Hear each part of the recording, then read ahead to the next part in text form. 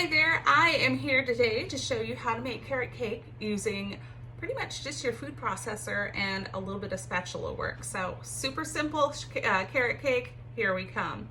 First step, you gotta have a cake pan. We're gonna use the beautiful new 9x13 cake pan that we have with the lid. Don't need the lid to bake it though, so I'm gonna set that aside. I'm gonna spray it. I pumped up my spritzer already. Spray the pan. So far, so good. Whew, it's a cloud of oil over here. I'm gonna release the pressure on my spritzer. You don't wanna forget to do that. And then I'll set that aside. Now for the fun ingredients part. So I already got started on my carrots, because of course you have to shred a bunch of carrots. So I have the large side of the shredding disc in our Flex Plus food processor, and I have a couple of carrots to go. So this required 1 pound of carrots. So I used my, I'll bump that right on. Used my lovely digital kitchen scale. There we go. Measured out 1 pound of carrots. I think it turned out to be a little bit more, but by the time you shred them and you cut off the ends, there's about 1 pound of carrots in here. I'm gonna go ahead and take that lid off, take off the battery. You don't ever wanna accidentally start it, right? And then I always like these little bits of carrots because it gives me a little snack when I'm done. So I'm gonna set those aside. I might have to fight some of my kids for them. And then I'm gonna put this shredded carrot into a bowl. I'm gonna need this guy next, so hold steady for that. All right, I'll take out that little, there we go, little post. There we go. I'm gonna scrape out my carrots and set this aside into my bowl. If it's not perfectly cleaned out at this point, that's okay too, because everything is eventually gonna make it into the cake, so no biggie. All right, I'm gonna set that bowl aside again. So back to my food processor, I am gonna take this disc off of that post. It just kind of sits on the top there. And then, let me see, I'm gonna put that aside. And then I'm gonna slide our cutting blade down, and it kind of just gives it a little twist, and it rests right there, very simple, and pop that back on. Now we're gonna stir in our sugar. So I measured out, let me see, I can give you the measurements as we go if I'm careful. 1.5 cups of white sugar and 1/2 cup of packed brown sugar. There we go. We'll get that all in there. I love the prep bowls because when I go to actually do the doing, everything is ready. I just have to dump stuff in.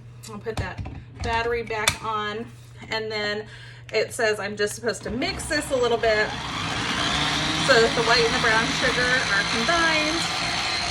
And then I'm gonna pause. I'm gonna add in 4 eggs. I wish you would have seen them before I cracked them because I picked kind of a rainbow of eggs from our chickens. So we had a blue one and a brown one and a green one and a white one. But you don't have to use a rainbow of eggs. You can just have 4 eggs. There we go. Just gonna mix this until it is all the way combined, homogeneous mixture and all that. All right, and then the next step is, let me check before I do it, okay, until it's frothy and thoroughly combined, and then I'm gonna add the oil in. So I've got 1.5 cups of vegetable oil, and you're supposed to add this in while it's mixed, or while it's running, while you're mixing stuff. So I'm gonna crank it up and drizzle this in.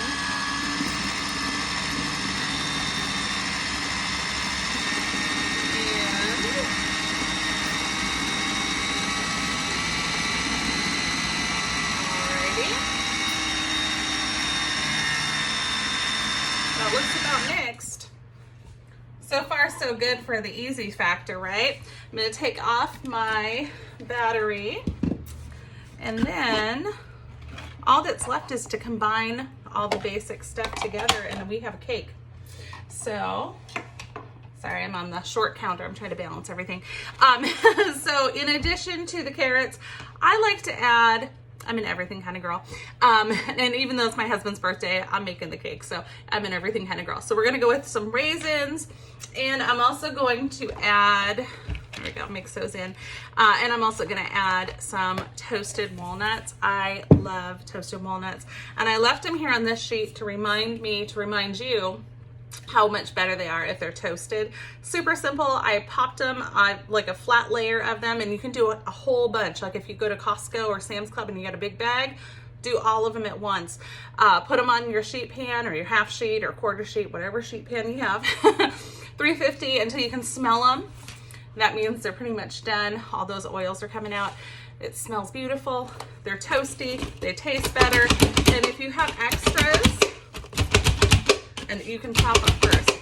If you have extras when you're all done with this, all you want to do is put them into a freezer bag, throw them in the freezer, and they'll stay fresh in there for quite some time. So that way the next time you want to use some toasted nuts that are all chopped, you have a whole bag of them ready to go. So there we go. So now I have some chopped nuts. I'm going to use that same 1 cup measuring cup from the raisins, and I'm going to do kind of a heaped cup. I like toasted nuts. I'm going to set this aside. And so we'll mix this all up. So we've got all the fun stuff done. There we go. And then what's left is mixing in our kind of slurry of sugars and fun stuff. I think I'm going to scrape off my blade first. Just less dripping onto the counter, right? And then I'm going to carefully, I'm going to do it like this and put it right into my prep bowl. Another plus of prep bowls. You always have some place to put your messy stuff, right? So we'll put all of that nice liquidy, sugary, eggy mixture in here.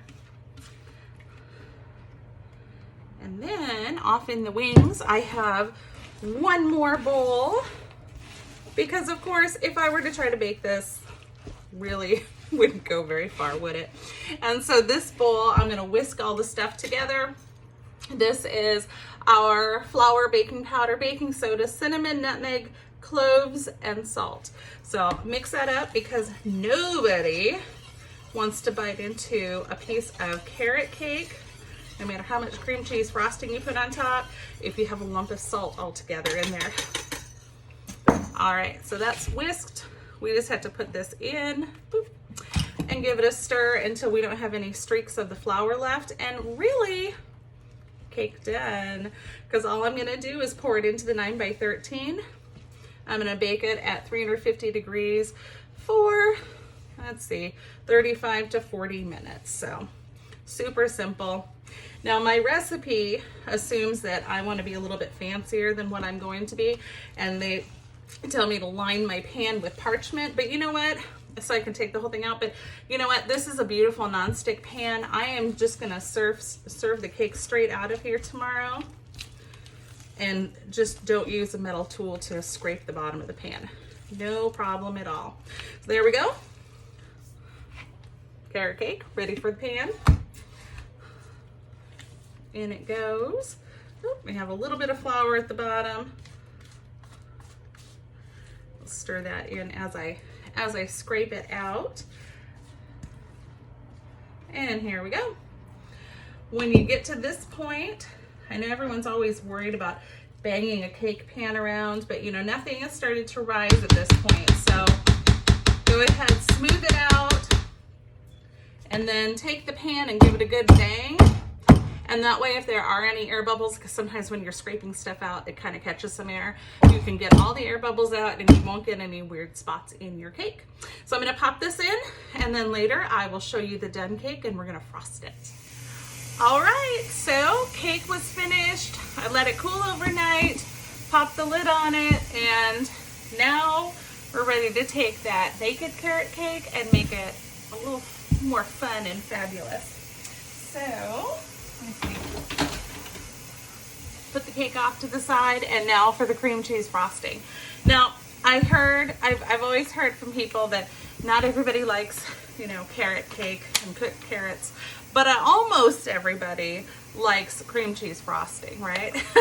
So this is one of the only ways that my husband will eat cooked carrots happily. He loves carrot cake because it has cream cheese frosting. It's an excellent conduit. So I've got my Flex Plus all hooked up. I'm going to use the whisk attachments, and I have the basic components for our frosting here. I'm going to tip this down so you can actually see what I'm doing. All right, remember it's got the little safety button, so you just kind of push it to the side and get it started. And then I'm gonna mix up and fluff up my butter, cream cheese, of course, a little bit of sour cream, tiny bit of salt, and some vanilla, because vanilla is always in all this frosting, right? All right, so that's fairly fluffed up. I am going to scrape down this little bit of butter. Not going to worry about it because it's going to be incorporated in the next step. So we need to get our powdered sugar in. So I have 1 and 3/4 of a cup of powdered sugar. Yay. Now start it on low because of course powdered sugar likes to go everywhere with a big poof. Once it's incorporated somewhat, then we'll pick up speed. Now there is a trick. There we go. All the way up onto high. Now there is a trick when you are working with something that's very poofy, like powdered sugar or even a great quantity of flour, and you're afraid that it's going to go poof everywhere. And that is that you can actually put a big towel across the top here and just kind of blind beat for a moment so that way your poof stays kind of contained. So you can see my frosting is almost done. Remember, the plus side is that I don't need a ton of frosting because I'm putting it just on top of my 9x13 pan of cake.